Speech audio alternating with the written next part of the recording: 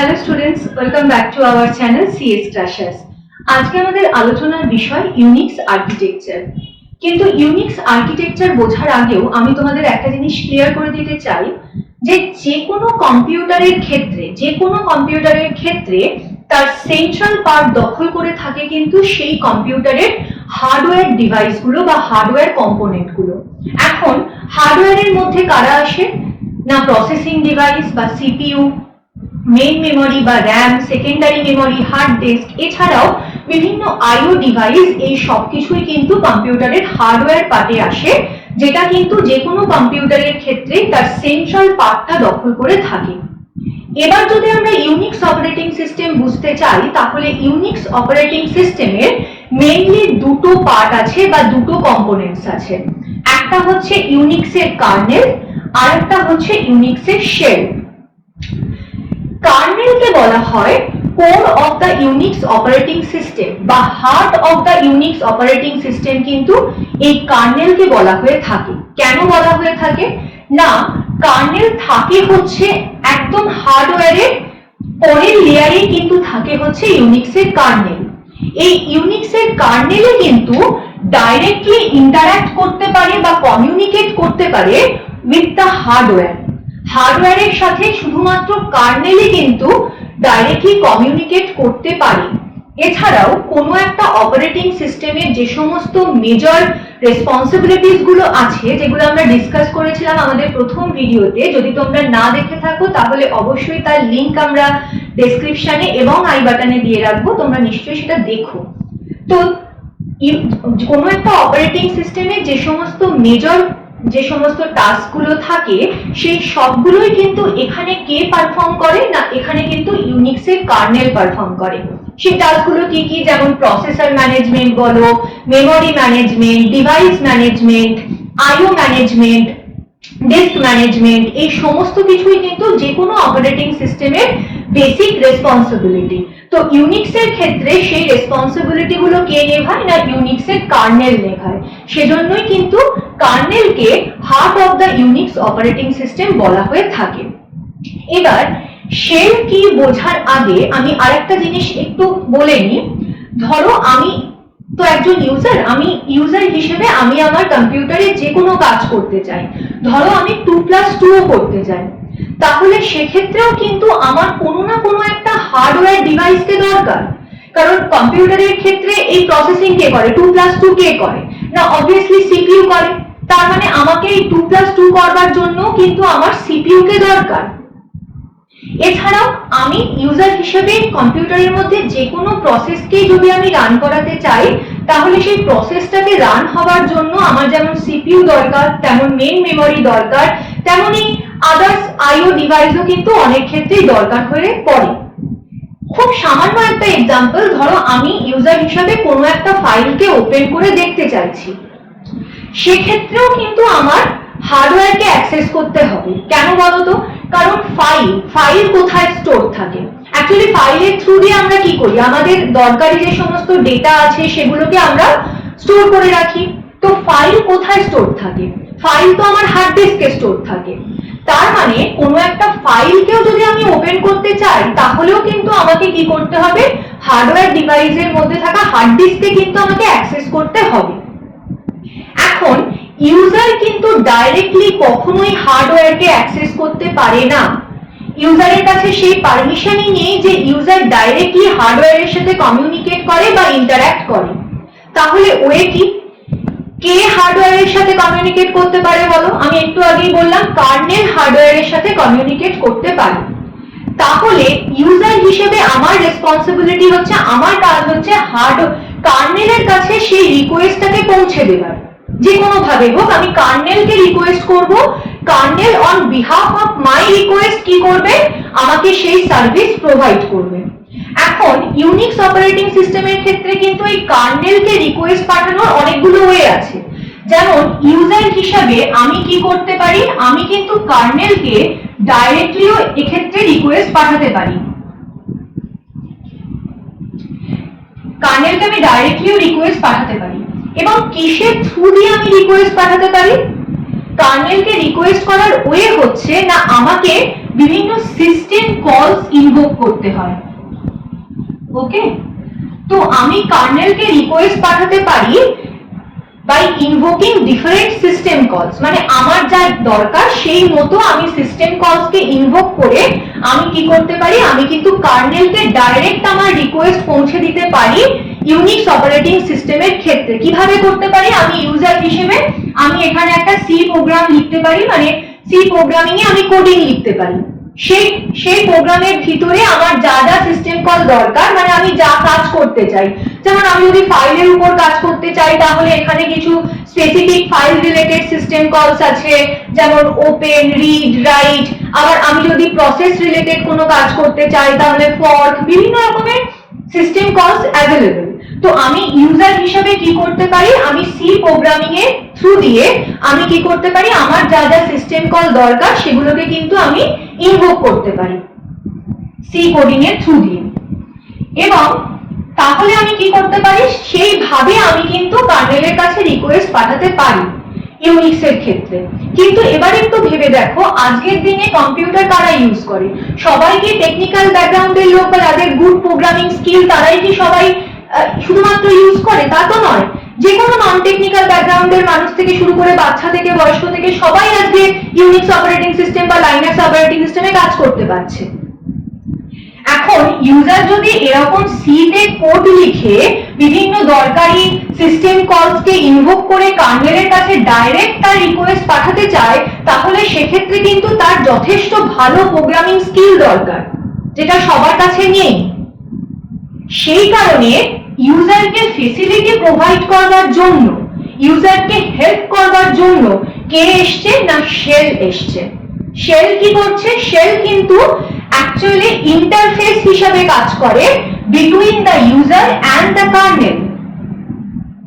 ওকে, তার মানে আমরা কি করতে পারি, আমরা এখন কার্নেলকে ডাইরেক্ট রিকোয়েস্ট না পাঠিয়ে আমরা কিন্তু ইউনিক্সের কোনো একটা শেল ওপেন করে নিতে পারি।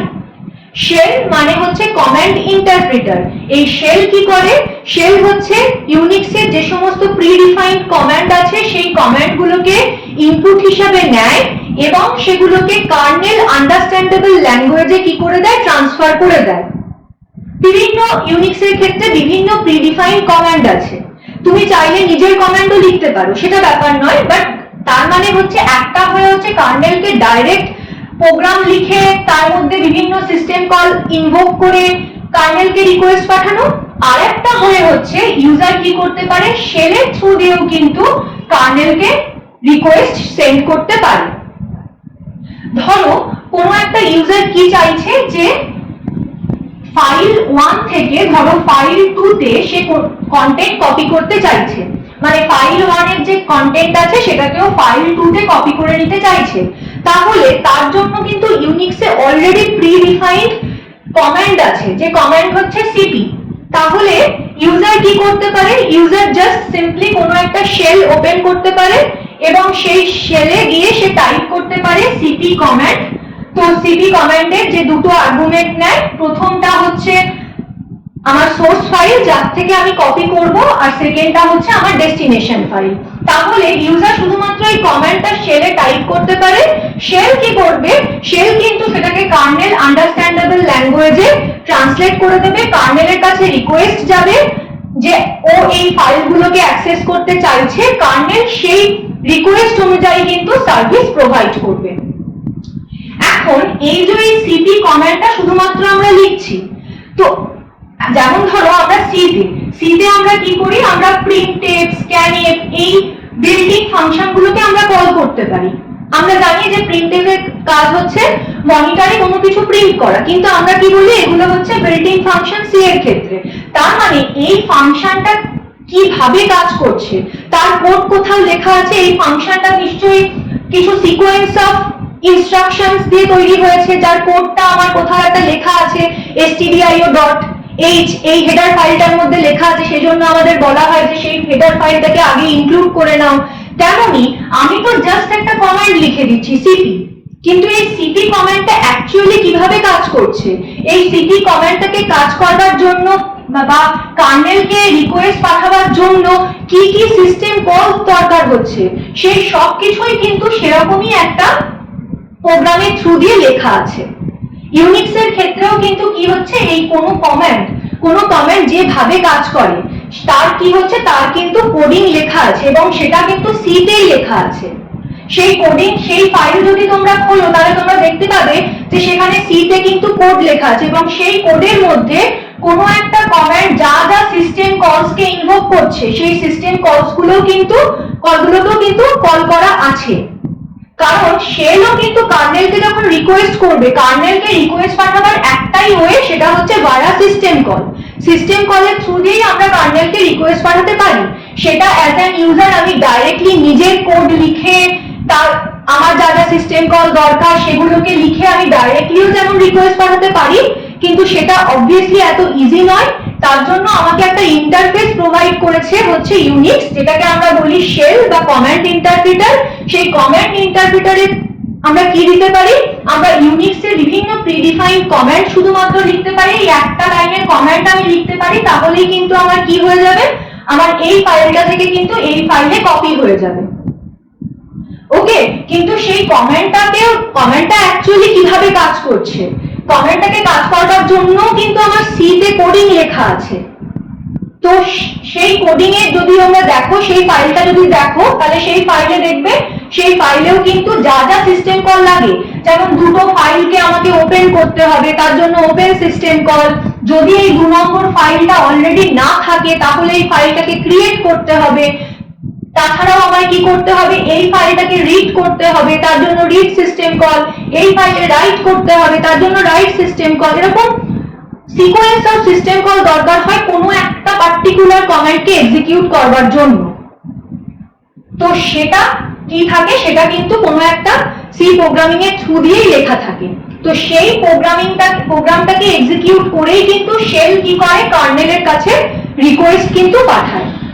তাহলে আমরা আমাদের এতক্ষণের ডিসকাশন থেকে যেটা বুঝলাম, যে কোনো ইউজারের যদি কোনো হার্ডওয়্যারকে অ্যাক্সেস করার দরকার হয় তাহলে সে কিন্তু ডাইরেক্টলি হার্ডওয়্যারকে অ্যাক্সেস করতে পারে না। ডাইরেক্টলি হার্ডওয়্যারকে অ্যাক্সেস করার পারমিশন কিন্তু ইউজারের কাছে থাকে না। কারণ ইউজারকে যদি সেই পারমিশন প্রোভাইড করা হতো যে তুমি ডাইরেক্টলি কোনো হার্ডওয়্যারকে অ্যাক্সেস করতে পারো, তাহলে কিন্তু সেখানে অনেক প্রবলেম ক্রিয়েট হতে পারতো। এটা অনেকটা সেই ব্যাংকে গিয়ে নিজেই লকারের চাবি খুলে নিজেই মানি নিয়ে নেওয়ার মতো অবস্থা। তো বিশেষ করে ইউনিক্স এর মতো অপারেটিং সিস্টেম, যেখানে অ্যাট আ টাইম অনেকগুলো টাস্ক একসাথে পারফর্ম হতে পারে এবং মোর দ্যান ওয়ান ইউজার একই সাথে লগ ইন থাকতে পারে, মানে ইউনিক্স আমাকে multi user multitasking operating environment provide করছে। তো এই সমস্ত এনভায়রনমেন্টের ক্ষেত্রে এই রিসোর্স ম্যানেজমেন্ট কিন্তু আরো বেশি দরকারি হয়ে পড়ে। কারণ যদি আমার কাছে ওই ডাইরেক্ট যদি মানি নেওয়ার পারমিশন থাকতো তাহলে আমি আমার যত ইচ্ছে মানি আমি নিয়ে নিতাম, এরাও তাই করতো। যা যা হার্ডওয়্যার যত ইচ্ছে দরকার যতক্ষণের জন্য ইচ্ছে ও নিজের কাছে নিয়ে রাখছে, অন্য কেউ কাজ করতে পারছে না, তাহলে তো আমার মাল্টি ইউজার বা মাল্টিটাস্কিং এর যে অ্যাডভান্টেজ সেটাই আমরা পাবো না। সেই জন্য কিন্তু কোনো ইউজারকে কিন্তু ডাইরেক্টলি হার্ডওয়্যার অ্যাক্সেস করার পারমিশন দেওয়া হয় না। হার্ডওয়্যারকে অ্যাক্সেস করার পারমিশন শুধুমাত্র কিন্তু কার্নেলের কাছেই আছে। তার মানে যে কোনো ভাবে হোক আমাকে কার্নেলের কাছে রিকোয়েস্ট পৌঁছে দিতে হবে। আর রিকোয়েস্ট পৌঁছানোর একটাই ওয়ে আছে, সেটা হচ্ছে সিস্টেম কলসের থ্রু দিয়ে। আমাদের যা কাজ যে রিসোর্স দরকার সেই রিসোর্স অনুযায়ী আমাকে সিস্টেম কলস ইনভোক করতে হবে। সিস্টেম কলসের থ্রু দিয়েই কিন্তু আমরা কার্নেলকে রিকোয়েস্ট পাঠাতে পারবো। তার মানে এই কার্নেলই কিন্তু এই রিসোর্স ম্যানেজমেন্টের যে রেসপন্সিবিলিটি নিয়েছে, গভর্ন করে আছে, সেজন্যই কিন্তু এত সুষ্ঠুভাবে কাজ হতে পারে। এখানে আমরা ছবিটা দেখলেও দেখতে পাবো যে আমাদের কাছে একটাই কার্নেল এট আ টাইম রানিং অবস্থায় থাকে, কিন্তু মোর দ্যান ওয়ান শেল কিন্তু এট আ টাইম রানিং অবস্থায় থাকতে পারে। প্রত্যেকটা শেলে কিন্তু এক একজন ইউজার লগ ইন থাকতে পারে। তো তার জন্য কিন্তু তারা প্রত্যেকেই যাতে সুষ্ঠুভাবে কাজ করতে পারে সেটা আমাদের দেখতে হবে। তো সেটার রেসপন্সিবিলিটি হচ্ছে কার্নেলের উপর আছে, কার্নেলই কিন্তু এই রেসপন্সিবিলিটি গুলো নিয়ে রেখেছে। তাহলে আমি যদি কার্নেলকে সিস্টেম কলের থ্রু দিয়ে যদি আমি রিকোয়েস্ট পাঠাতে চাই ইউজার হিসেবে, তাহলে সেক্ষেত্রে ইউনিক্স এর ক্ষেত্রে আমরা দেখলাম তিনটে অপশন আমাদের কাছে আছে। একটা হচ্ছে ইউজাররা নিজেরাই সি প্রোগ্রামিং লিখে সেখানে যা যা সিস্টেম কলস দরকার সেগুলোকে মানে যেভাবে আমি কোডিং লিখে আমি কার্নেলের কাছে রিকোয়েস্ট পাঠাতে পারি। আরেকটা হচ্ছে আমি শেলে আমি কি করতে পারি, কমেন্ট দিতে পারি, শেল তখন রেসপন্সিবিলিটি নেয় কার্নেলের কাছে রিকোয়েস্ট পৌঁছে দেবার, যেটা মাচ ইজিয়ার দেন নিজেরা কোড লেখার থেকে। এছাড়াও হচ্ছে ইউজার চাইলে অ্যাপ্লিকেশন সফটওয়্যারের থ্রু দিয়েও কিন্তু কার্নেলের কাছে রিকোয়েস্ট পাঠাতে পারি। যদি আমি কোনো অ্যাপ্লিকেশন সফটওয়্যারের থ্রু দিয়ে রিকোয়েস্ট পাঠাতে চাই তাহলেও কিন্তু মানে অ্যাপ্লিকেশন সফটওয়্যারে যদি আমি কোনো কাজ করি তাহলে ব্যাকএন্ডে কিন্তু সেখানে শেল কমান্ডে কিন্তু চলে, এবং শেল কমান্ডের থ্রু দিয়েই কিন্তু কি হয়, সিস্টেম কলস ইনভোক হয় এবং কার্নেলের কাছে রিকোয়েস্ট যায়। সেজন্যই কিন্তু বলা হয় যে ইউনিক্স বা লাইনাক্স এর ক্ষেত্রে আমি যদি কমান্ড প্রম্পট ওপেন করে কোনো একটা শেলে যদি আমি কমেন্ট লিখি তাহলে সেটা কিন্তু অনেক ফাস্টার কাজ করে দেন আমি কোনো অ্যাপ্লিকেশন সফটওয়্যারের থ্রু দিয়ে যদি কাজ করি। কারণ এখানে কি হচ্ছে, আমার অ্যাপ্লিকেশন থ্রু দিয়ে সফটওয়্যারের থ্রু দিয়ে কাজ করলে আমার কাছে কিন্তু আরো একটা লেয়ার বেড়ে যাচ্ছে, কারণ আমি অ্যাপ্লিকেশন সফটওয়্যারে কাজ করছি, ব্যাকএন্ডে সেটা শেল কমান্ডে ট্রান্সলেট হচ্ছে, আবার শেল কি করছে কার্নেলের কাছে রিকোয়েস্ট পাঠাচ্ছে। তো সেটা না করে আমি ডাইরেক্ট যদি অ্যাটলিস্ট শেলে যদি আমি কমান্ড লিখি সেটা কিন্তু একটু ফাস্টার হয় দেন অ্যাপ্লিকেশন সফটওয়্যারের থ্রু দিয়ে কাজ করার থেকে। আরেকটা জিনিস একটু বলে রাখি, ইউনিক্স এর ক্ষেত্রে ডিফারেন্ট টাইপস অফ শেল আছে, যেমন সি শেল, কর্ন শেল, ব্যাশ শেল, বর্ন শেল, বিভিন্ন টাইপের কিন্তু শেল অ্যাভেলেবেল। প্রত্যেকটা সেলেরই কাজ মোটামুটি একই, কিছু সিমিলারিটিস ডিসিমিলারিটিস আছে যেটা আমরা এই ভিডিওতে ডিসকাস করছি না, বাট জেনে রাখো ইউনিক্স এর ক্ষেত্রে এই সমস্ত ডিফারেন্ট টাইপস এর শেল কিন্তু অ্যাভেলেবেল, সি, ব্যাশ, কর্ন, বর্ন। ওকে, তো এই ছিল ইউনিক্স এর আর্কিটেকচার। যদি আমাদের ভিডিও ভালো লেগে থাকে তাহলে অবশ্যই লাইক আর শেয়ার করো, আর আমাদের চ্যানেলটাকে প্লিজ সাবস্ক্রাইব করে দিও, আর পাশে থাকা বেল বাটনটাকেও প্রেস করে দিও। থ্যাংক ইউ স্টুডেন্টস, দেখা হবে আবার পরের ভিডিওতে।